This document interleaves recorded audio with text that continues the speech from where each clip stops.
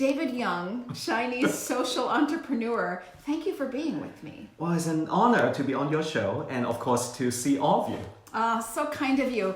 Let me just set the stage here. I'm going to sing your praises for a little bit because I want the world to understand who you are so that we can really get into... I'll sit back. It's okay. Yes, take it easy. Have some water there. So you're born in Hong Kong and went to Columbia University, pretty much a numbers guy. And from there, you also have a philanthropic background. Your family's very Buddhist and really ingrained that in you. So when you came out of Columbia, you did some investing for your family, again, the numbers guy, but started focusing on philanthropic endeavors. And it was around 2012 that you started Green Monday, which is now basically an umbrella for all that you do, investing in plant-based foods, also getting the world to think about being environmentally conscious. I think 33 countries and 3 million people in Hong Kong follow Green Monday. So thank you for that. And then under that umbrella in 2015, you started Green Common. Right. Which is, and we're going to get into this. You're getting all these rights. Ching, ching, ching, ching. Check. Yes, exactly. Check. We're going to get into detail. I just want you to understand how many mountains he has already moved and then why he's an expert to talk about China today. So Green Common is really a store that has Just Eggs, Beyond Meat, Oatly ice cream, I think, as well as the milk. That's really giving us the animal alternatives. I'm sort of tired of saying plant-based alternatives because I want people to think that they're really eating animals, and these are animal alternatives. So I love that. And then in 2018, but really getting going in 2019, and now OmniPork hit the scene. Thank you, Gosh, for doing that. This pork alternative. You got our entire history, spot on. I mean, not too many people actually. Like people say, David, like exactly, which one is do you do? I mean, who invested in OmniPork? Can you actually? I have people who come to me and say, David, you seem to know the founder of OmniPork. Can you introduce that guy to me? I think I can. I think I know him well. Yeah.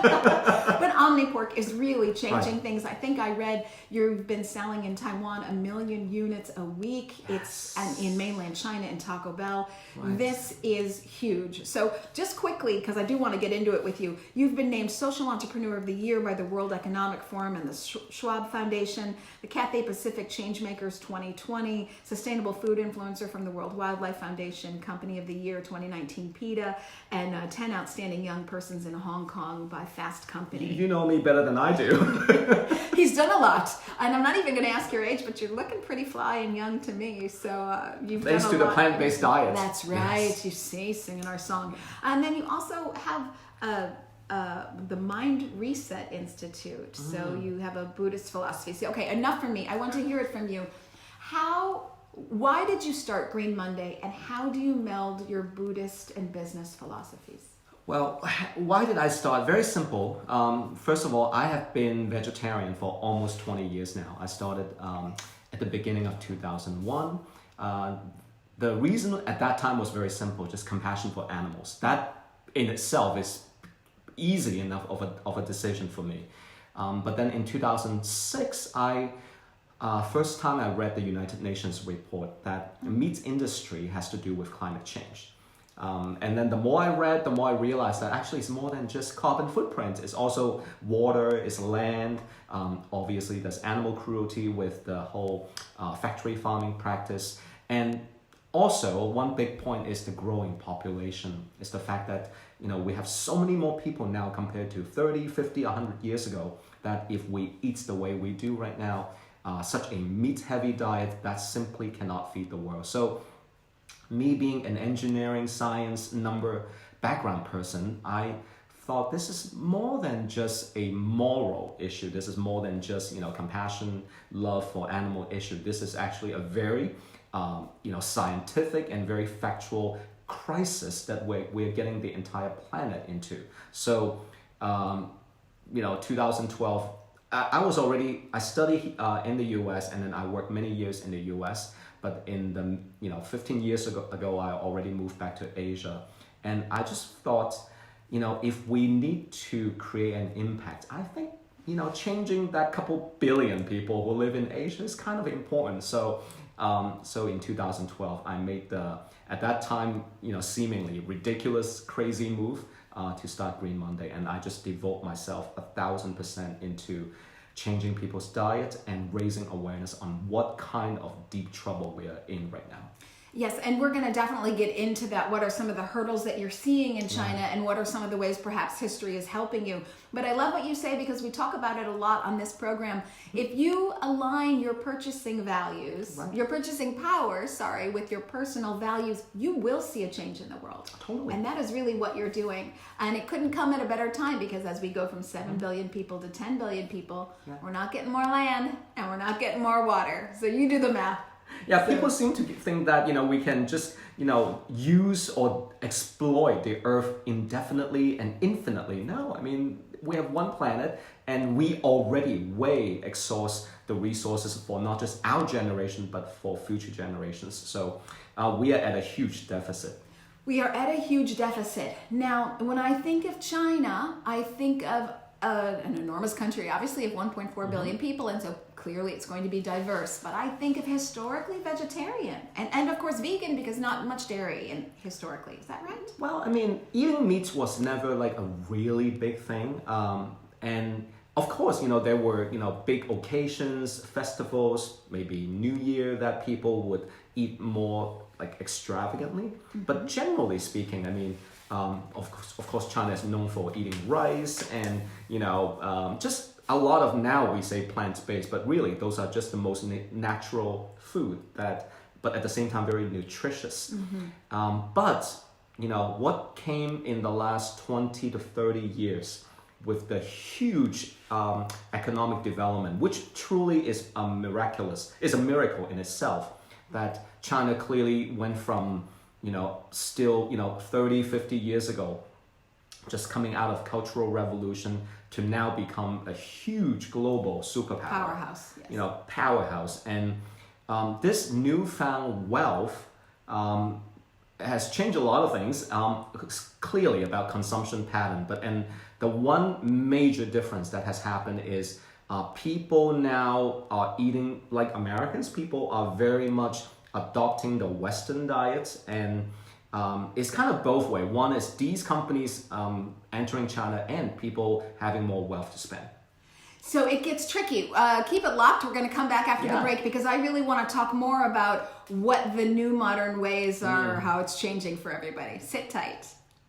When we left after the break, we were talking about historically, China basically is rice and vegetables and... Yes, not much meat. Not much meat, but within the last 30 years, along with wealth, really. They have gone from one extreme to the other. And now, for most people, eating a plant-based, meatless meal is almost like unthinkable. Really? Everyone is, indulging in all sorts of, whatever meals, whether it's fried chicken, whether it's burger, whether it's hot pot, buffet, it's meat, and that, for that to happen within 2 decades, I mean, and that is creating a huge burden around the world, and of course domestically. Well, so let's talk about that a little bit. So meat consumption in Western Europe and the United States is actually on the decline, yes. But the world consumption of meat is actually on the incline by about 2%, basically because of China and India as well. And Asia too, like all across Asia as well. So what is the force that's increasing the meat? Is it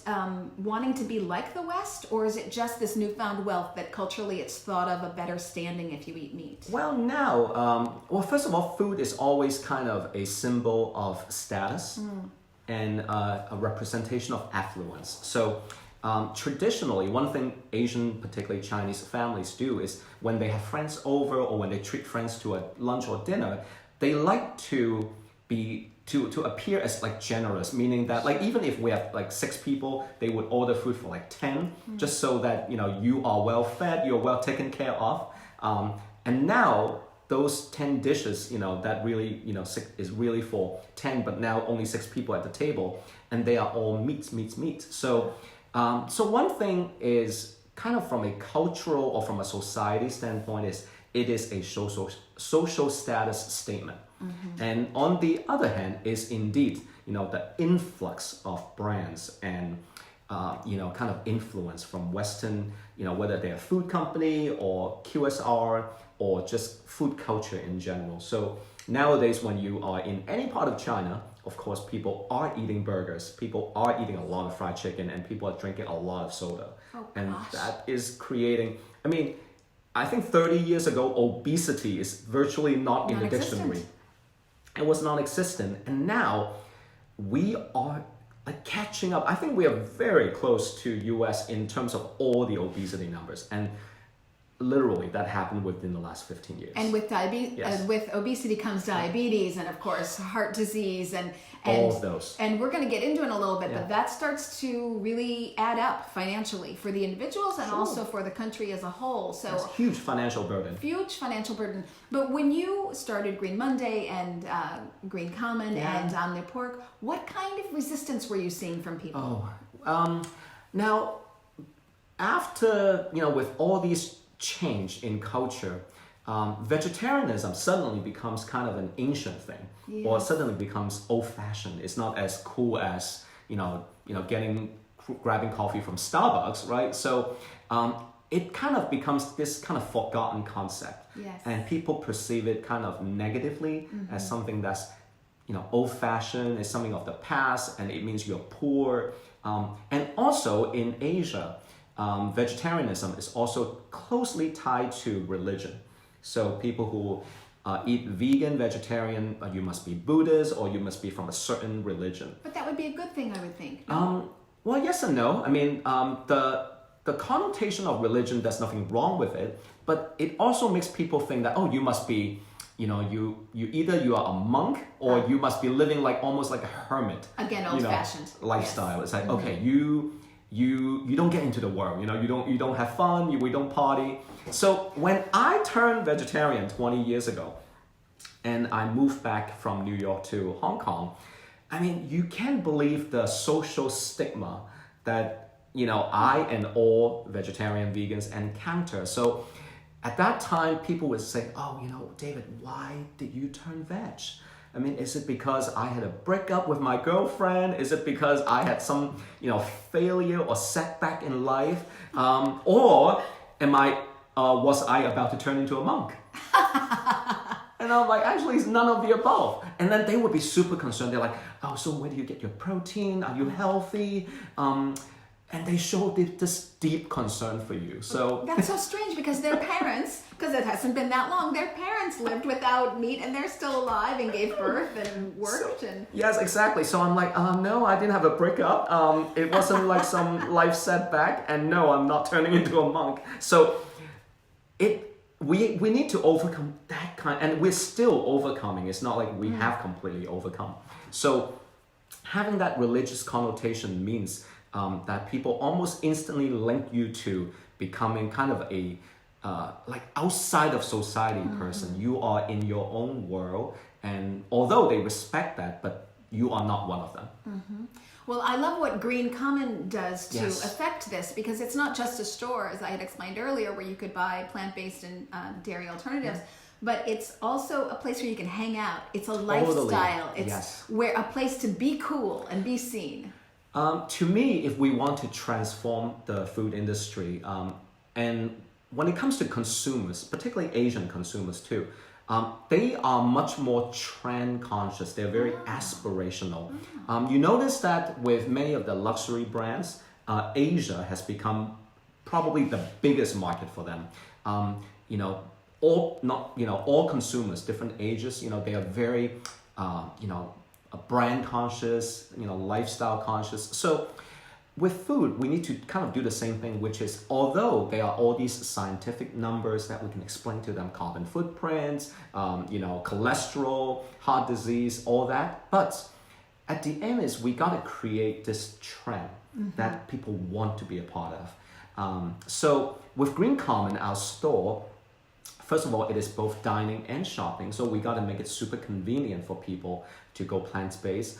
Second, we work with and we partner with the most innovative food brands from the US and also from the world. So we were the first to partner with Beyond Meats outside of the US. That was 2015, before Germany, before UK, before Australia. Beyond Meats came to Hong Kong ahead of all of those countries. We were the first.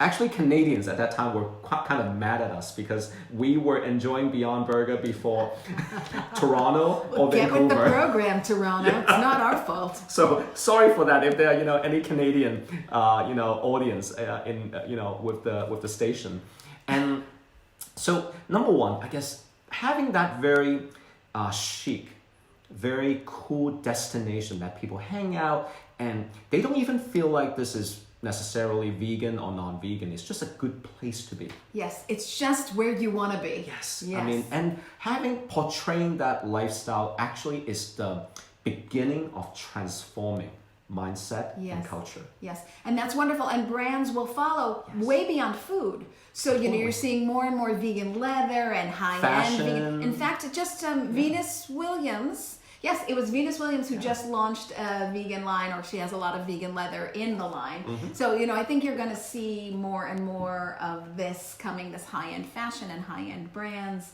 for the Asian consumer.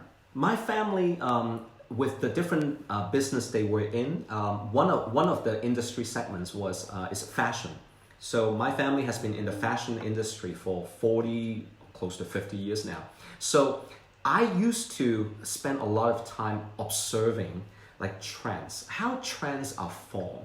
Like why this year, this color is the it color, and all of a sudden you see everyone wearing, similar accessories, similar, shoes, and how does trend happen? And I use a lot of those knowledge and insight and apply it to food. Well, that makes kind of the green common and the kind of all the things we do very unique is in particular have that background. Yeah, it's wonderful. I can see where that is a happy marriage for a successful business. But let's talk about what you're up against there. So Coca-Cola has gone into China, bringing dairy. They bought Fairlife. You probably all remember the Fairlife scandal of abuse. It's certainly not the only case of abuse. There's abuse for all dairy cows, basically. But Coca-Cola bought Fairlife, and it went to China, basically peddling Fairlife and other milks. So now this is peddling it to a dairy intolerant, milk intolerant community, but they're putting a lot of money behind making it cool. So how do you combat something like that? Well, that shows how marketing, how impactful or sometimes in a very negative way marketing can be, because people would suddenly think that this is if everyone's drinking milk, we should drink it too, and but they forgot actually like 70-80% of Asians are lactose intolerant. Yes. I am lactose intolerant, so that's not the right food for us. No. But it's just because of that herd mentality. It's like if everyone is doing it, it must be cool, and we need to follow them, and that is getting us into trouble, particularly from a health standpoint. Yes. So in terms of how to go up against it, really, we need to outbrand them, we need to outmarket them, we need to outcool them. I mean, you can do it, David. It is not just. That's why when people think this whole plant-based food revolution, it's not entirely just what happens in the R&D lab in terms of developing the most innovative, whether it's dairy alternative or meat alternative or any tasty, delicious food. It is a marketing war. It is a branding war. And how do we beat those guys on their own game?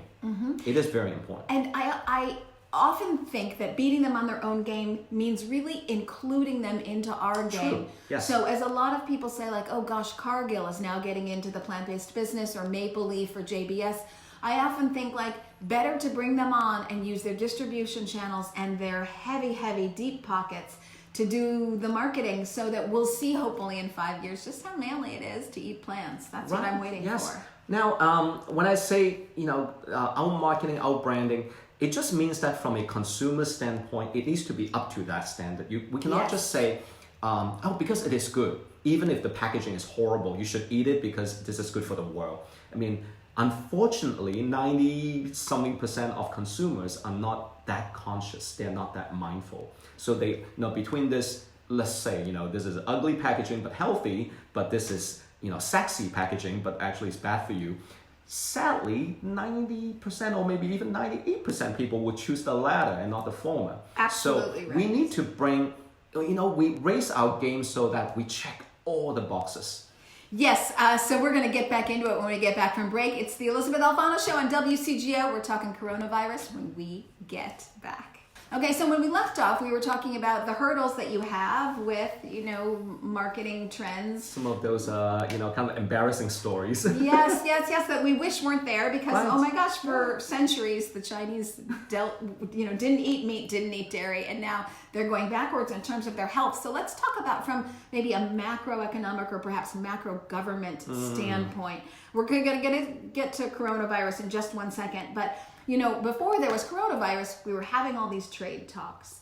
And I kept thinking to myself, China has to be, of course, I don't know, and I realize you don't know. We're talking hypothetically here, but China has to be so mad because when you are negotiating with the person who supplies you with food, as we supply China with food, you don't really have much leverage in that negotiation. And I thought, they're going to learn from this mistake. They're never going to come to the negotiation table like this again. Now, over the last 2-3 years, obviously there's this trade war between the US and China, and you notice like when they finally had an agreement, the biggest segment or the biggest industry that China is buying from the US actually is agriculture. It's soy and it's meat.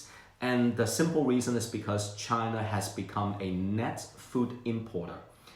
China is no longer self-dependent when it comes to feeding 1.4 billion people. Now, of course, most countries cannot feed 1.4 billion, but with the lifestyle, the diets that Chinese people have now grown used to, it becomes impossible for them to feed their own population. Now, that, as you mentioned, it has to be a real risk because when you are so dependent on foreign countries, what if that supply gets cut off for whatever reason? Whether it is political or whether because of other, uncontrollable factors. Yes, what if the person elected in that country is highly irrational and unstable? Just saying, if that particular which country is situation that? were to arise, yes, then what kind of position would you be in? I think they have to be really thinking that through. And I would also think that they'd be thinking, okay, we didn't have high healthcare costs when we were eating rice and soy. Yeah.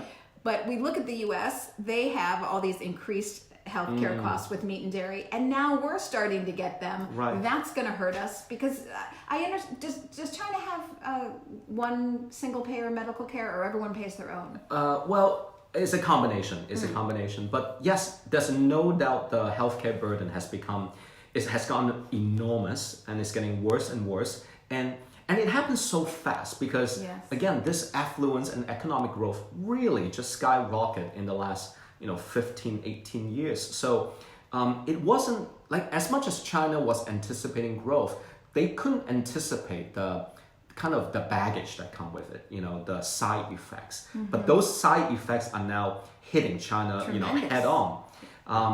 And it exposes the animal farming industry. So, again, not that long ago, not so much meat was consumed, but now suddenly, they need to feed so many people with so much meat. And now African swine fever, avian flu, which I don't even know how many times it has occurred. And then, of course, this gigantic crisis called coronavirus. And they all come from food. They all have deep correlation to the food industry, particularly, meat and dairy industry. So I think now, with the crisis, China really has no choice but to, re-examine in a very deep way just what should be the sustainable way to feed the country and to avoid getting into this kind of, huge crisis that we're in right now. So it's always odd to me when I hear people explain away this need for meat despite health problems, financial problems, global pandemics. It's just incredible. So to me, it could go two ways. It could go the way that the Chinese government has done a little bit with electric cars, and they could just say, no, we decided. So explain to people, if you would be so kind, about electric cars in China. So pollution, I think, particularly back in 2008 when Beijing had Olympics, right? I mean, the concern was not whether the stadiums are good enough or, will enough tourists come to Beijing. The concern was the air, because China obviously become, being the industrial kind of center of the world factory, and pollution was getting to the point that, people were wearing masks on half of the time, really, because the air quality was so bad. And I think that was the real trigger, the Olympics at that time, because they were so afraid that, when the athletes and the tourists came, it would be dark days every day. So they actually shut the factory in the adjacent provinces around Beijing for over a month, just to make sure that they would have blue sky. Clear air. And clear air. Now, they did have a good Olympics, but that was a kind of, I guess, the trigger point that had China look into sustainability investment. And at that time was also kind of the beginning of renewable energy cars, electric vehicles. So fast forward to today, China now has imposed policy to say that, hey, by a certain year within the next decade, over 60% of the cars must be renewable energy. And I'm hoping they do this exact kind of dictate, if I can say, Yeah. with food, because I know they have stopped the wild animal trade. Wild animal trade is overdue. I mean, overdue, and of course we don't know if they're going to lift that ban, and of course then that leads to a black market. That really is a whole other show, and I'd love to be with you again and have a whole other show. That's a very big topic, but I'm wondering so they've done a little bit in terms of impressing upon people that they can't go to these markets, but they haven't really said okay, no meat, no dairy, it's bad for us, we don't do it. And I'm waiting for that, or I'm afraid they might go the other way and say, oh, we just have to make regulations higher.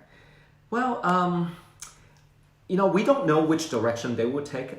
It could be a combination. We are still deep in the coronavirus crisis right now. But I do think, overall, from many of the, just reports or, reports or stories that are now saying what the country will look at from a food standpoint is they will definitely re-examine this in a big way. Doesn't mean we cut out dairy and meats completely. No, that won't happen overnight. But really thinking about basically the electric vehicles for food, the solar panel for food, right? Okay, we got to, the old way was not sustainable.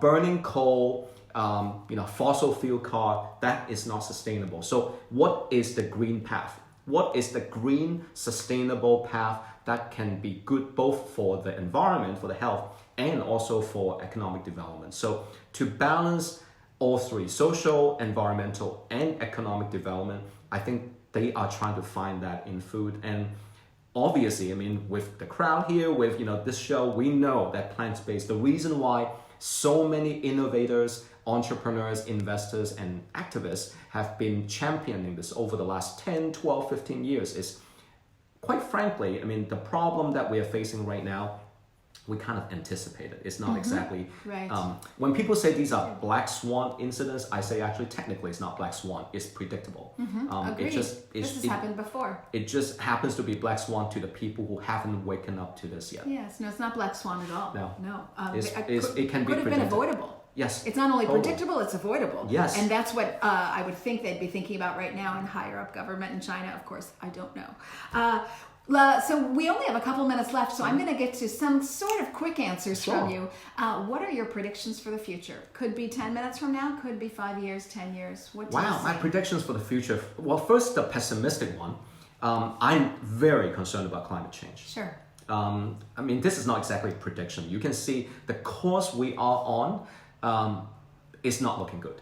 Yes. So that's technically it's not prediction. But my prediction is the counter force is going to be so strong and so fast that, particularly millennials, young people, they will demand and they will really impose their will to say that we got to fix this. Yes. So I guess it's two ends of the extreme. On one end, we are in deep trouble. Dire. Yes, very dire situation. But on the other hand, there will be an equally strong force to say we got to overcome this. Yeah, I think Rome's going to fall. I think it's just going to go very fast. When it goes, if it goes, and I do believe it will, it's going to go very I hope there are no fast. more climate deniers. I mean, it's not even the writing is on the walls in front of us. Yes, We you're are choking on breathing, it. living it Yeah. every day. If you've had a bad day and you are a go-getter for sure, what is the one thing you say to yourself to turn around your mental fortitude? You know what? One of the biggest blessing of kind of practicing mindfulness and being exposed to Buddhism is to know that whatever happens, it happens for a reason, and we just get the most out of it. We use it as learning. We use it to say that maybe this is just just an episode in life, and let's move on. You don't dwell on it. Mm-hmm. So I guess I have trained myself to be good at one thing, which is no matter how good or bad things happen, from a psychological standpoint, you try to be like relatively stable. Of course, with emotional swing, but I try to be more emotionally stable to say that, okay, even though the situation may be bad, but let's try to find a silver lining. Okay, and if you can, in sort of a soundbite, what's the one thing you wish you knew 10 years ago that you know now? I wish I knew 10 years ago. I knew 10 years ago that food and climate change are going to become big crisis. So I decide to pursue and start, not just pursue my career, really, to start this whole platform. I wish actually I had started earlier. Mm-hmm. Even though it would be tougher, but I wish I had started earlier. But we are here, and we are here to make the most impact out of it. What's your favorite snack? I like nuts. I'm a nuts person. So whether it's almond, walnut, cashews, I'm a nuts person. You're a nut person. One word. What's the thing we'll always find in your fridge? Well, OmniPork. Well done. May I say that? You can.